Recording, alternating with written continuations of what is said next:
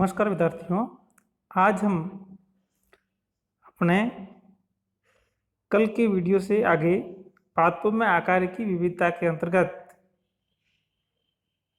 जो हम पहले पढ़ चुके हैं, आमाप में विविधता और जीर्ण काल में विविधता, उसके नेक्स्ट आज हम पादपों में आवासीय विविधता का अध्ययन करेंगे।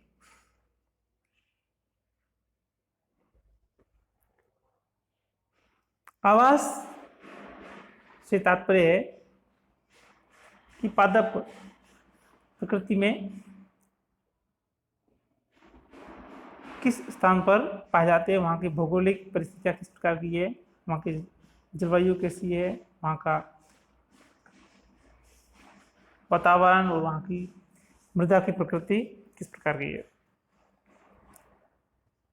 तो आवास में विविधता के अंतर्गत हम आवासों को मोटे तौर पर दो भागों में बांटते हैं। पहला है जलीय आवास, दूसरा है स्थलीय आवास। जलीय आवास की बात करते हैं तो इसके अंतर्गत सर्वप्रथम स्वच्छ जलीय आवास यानी फ्रेश वाटर। फ्रेश वाटर के अंतर्गत हम देखते हैं कि हमें वोल्फिया एवं सेटोफाइलम जैसे प्लांट देखने को मिलते हैं। वोल्फिया के बारे में हमने कल ही आमाप विविधता के अंतर्गत देखा था कि ये एंजियोस्पर्म के अंतर्गत सबसे छोटे आकार का पादप है। वहीं स्वच्छ जलीय आवास की जो बात करते हैं, ये दोनों जो पादप है वोल्फिया और सेटोफाइलम, इन दोनों के अंदर जड़ें अनुपस्थित होती है। नेक्स्ट स्वच्छ जलीय के अंतर्गत ही हम देख रहे हैं हाइड्रिला, जिससे आप सभी लोग परिचित हैं कि प्रकाश संश्लेषण की प्रक्रिया के अंतर्गत उसके प्रदर्शन के लिए हम हाइड्रिला का प्रयोग करते हैं। वहीं जो दूसरा आप इमेज देख रहे हो यह है पोटामोजिटॉन। नेक्स्ट स्वच्छ जलीय वातावरण के अंतर्गत ही आप देख रहे हैं निम्फिया,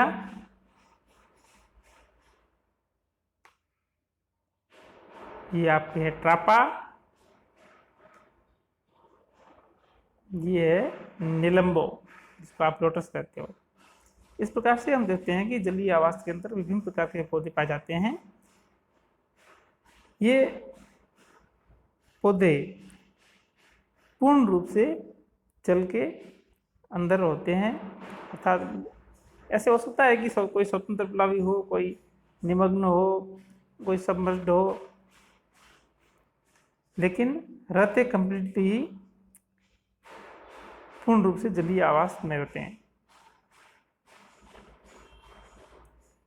अब जलीय आवास के अंतर्गत ही नेक्स्ट हम देखते हैं कि समुद्र एवं महासागरीय जलीय आवास।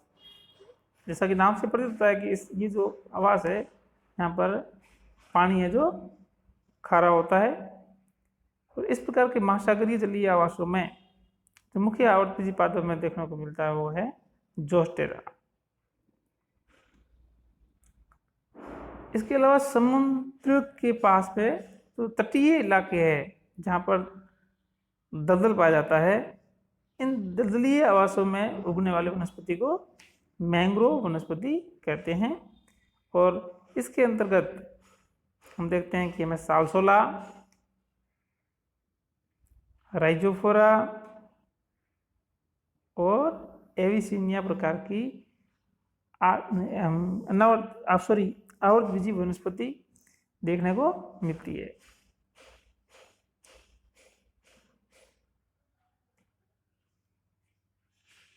अब हम बात करते हैं स्थलीय आवास की, जिसके अंतर्गत समुद्रबीज अर्थात मिजोफाइट्स की जब हम बात करते हैं तो आप यहाँ पर देख रहे हैं ट्राइफोलियम हाइब्रिडम और मैंजीफेरा इंडिका, जो कि समुद्रबीज आवास में यानी जहाँ पर है जो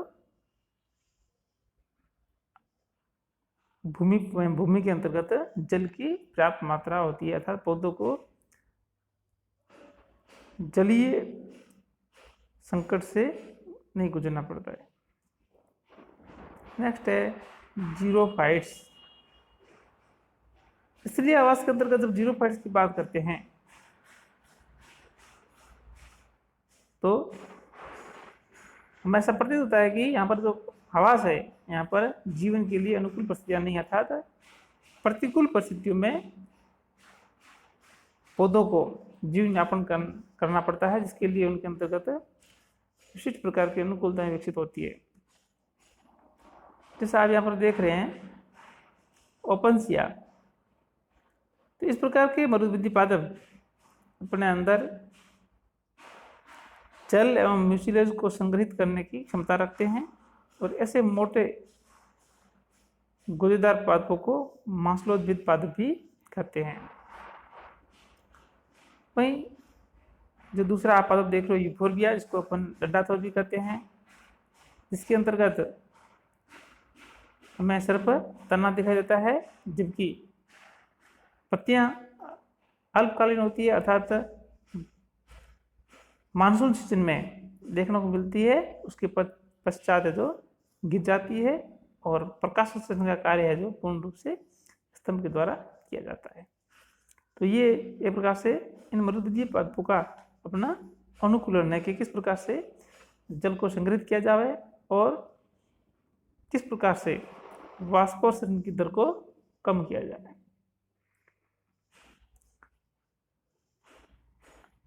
आगे हम देखते हैं जीरोफाइट्स के अंतर्गत झाड़ीनुमा जो आप देख रहे हैं ये है बेर का पौधा है, जिसे जिजीफस न्यूमुलेरिया वनस्पति भाषा में कहते हैं। इन मरुद्भिद पादपों में पत्तियां आकार में छोटी होती है और पशुओं से चारण से अपनी सुरक्षा के लिए इनके अंतर्गत कांटे पाए जाते हैं। साथ साथ पत्तियां छोटी होने के कारण इनमें वाष्पोत्सर्जन की दर भी कम होती है। ये जो आप देख रहे हो झाड़ी, इसको हम कॉमन नेम आग कहते हैं, जिसे कैलोट्रोपिस प्रोसेरा कहते हैं,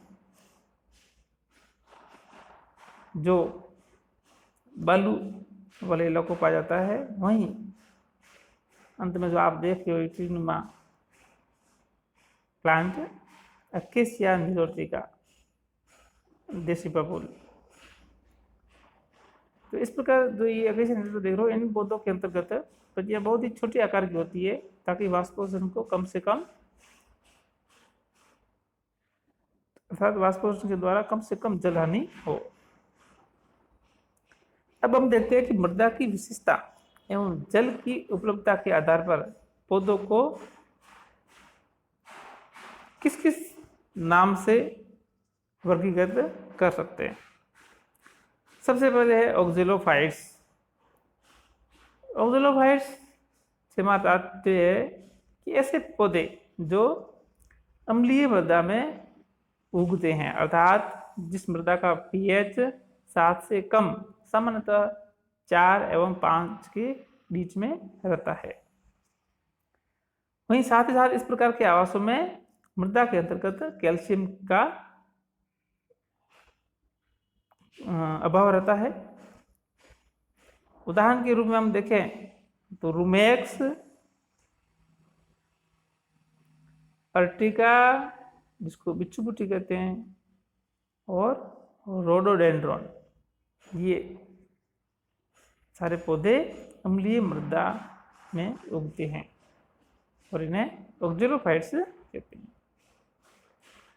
नेक्स्ट है सेमोफाइट्स।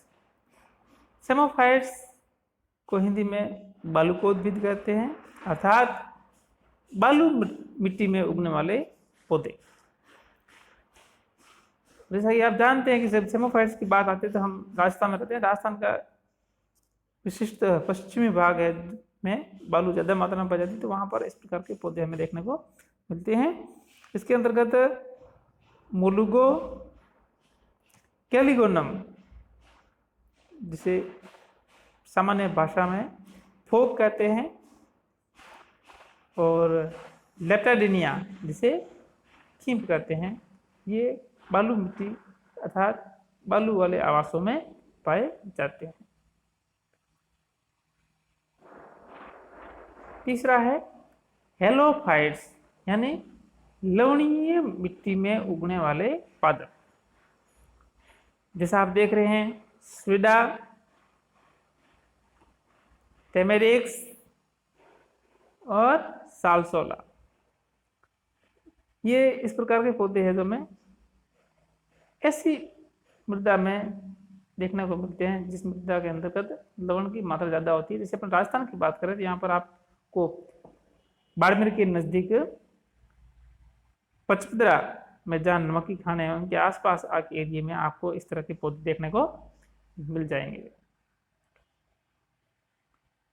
लिथोफाइट्स, यानी ऐसे पौधे जो चट्टानों पर उगते हैं उन्हें लिथोफाइट्स कहते हैं। उदाहरण के रूप में हम देखते हैं तो बार्लेरिया, जिसे सामान्यतः हम सभी लोग वज्रदंती के नाम से जानते हैं, और है लेपिडागेथिस और यूफोर्बिया निरिफोलिया, ये पौधे हैं जो चट्टानी आवासों में उगते हैं, इन्हें लिथोफाइट्स कहते हैं। नेक्स्ट है साइक्रोफाइट्स, ऐसे पौधे जो निम्न ताप पर अर्थात पहाड़ों की ऊंची बर्फीली चोटियों पर या एल्पाइन क्षेत्र में पाए जाते हैं। उदाहरण के रूप में हम देखें तो थैलिक्ट्रम। नेक्स्ट है कैस्मोफाइट्स, ऐसे पौधे जो चट्टानों की दरारों के अंदर पनपते हैं अर्थात उगते हैं, उन्हें कैस्मोफाइट्स कहते हैं। उदाहरण के रूप में हम देखते हैं तो हाइमेनोप्सिस,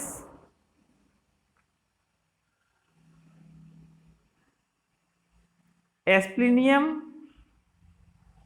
एंड क्राइथमम।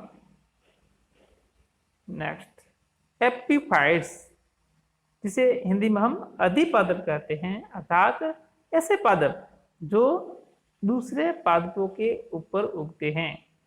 यानी ये पादप होते तो स्वपोषी है, लेकिन स्थान के लिए अर्थात आवास के लिए दूसरे पौधों का प्रयोग करते हैं, इसलिए इन्हें स्पेस पैरासाइट भी कहते हैं। उदाहरण के रूप में हम देखते हैं एपिफाइट्स तो ऑर्किड्स, जो कि एपिफाइट्स है। ऑर्किड्स अपने आप में बहुत बड़ा एक पादपों का ग्रुप है, जिसके अंतर्गत बहुत ही सुंदर खूबसूरत फ्लावर आपको देखने को मिलते हैं।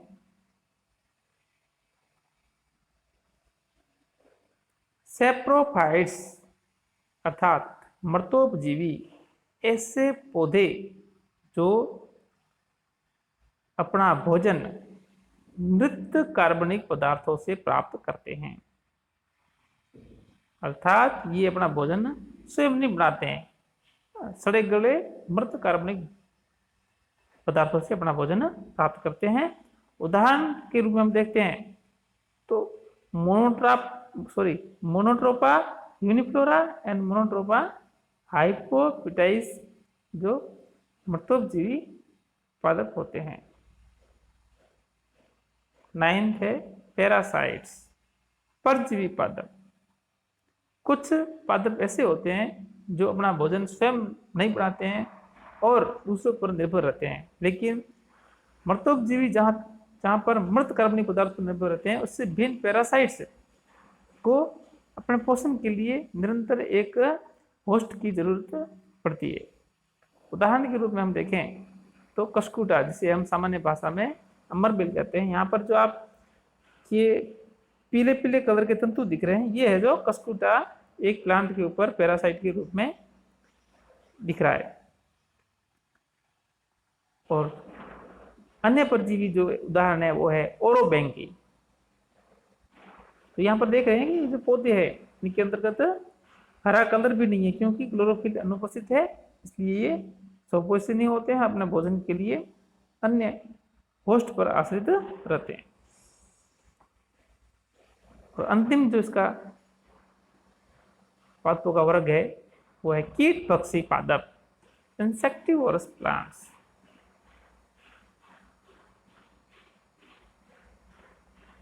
ये जो पौधे आप देख रहे हो कीट पक्षी पादप, ये होते तो स्वपोषीय, लेकिन ये जिन आवासों में पाए जाते हैं वहां की मृदा में नाइट्रोजन की कमी पाई जाती है।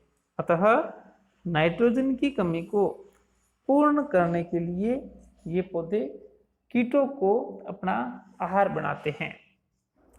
इन कीटों को भक्षण करने के लिए अर्थात इनको ट्रैप करने के लिए इन पौधों में विशिष्ट प्रकार की पादप संरचनाएं पाई जाती है जो कीटों को ट्रैप करने के लिए अनुकूलित होती है। यहाँ पे उदाहरण के रूप में आप सामने तीनों इमेज आपको दिख रही है। नेफेंथस जिसे हम घट पादप कहते हैं, यूट्रिकुलेरिया और ड्रोसेरा, ये सारे पौधे हैं जो कीटों को आहार के रूप में प्रयुक्त करते हैं अपनी नाइट्रोजन की कमी को पूर्ण करने के लिए। धन्यवाद।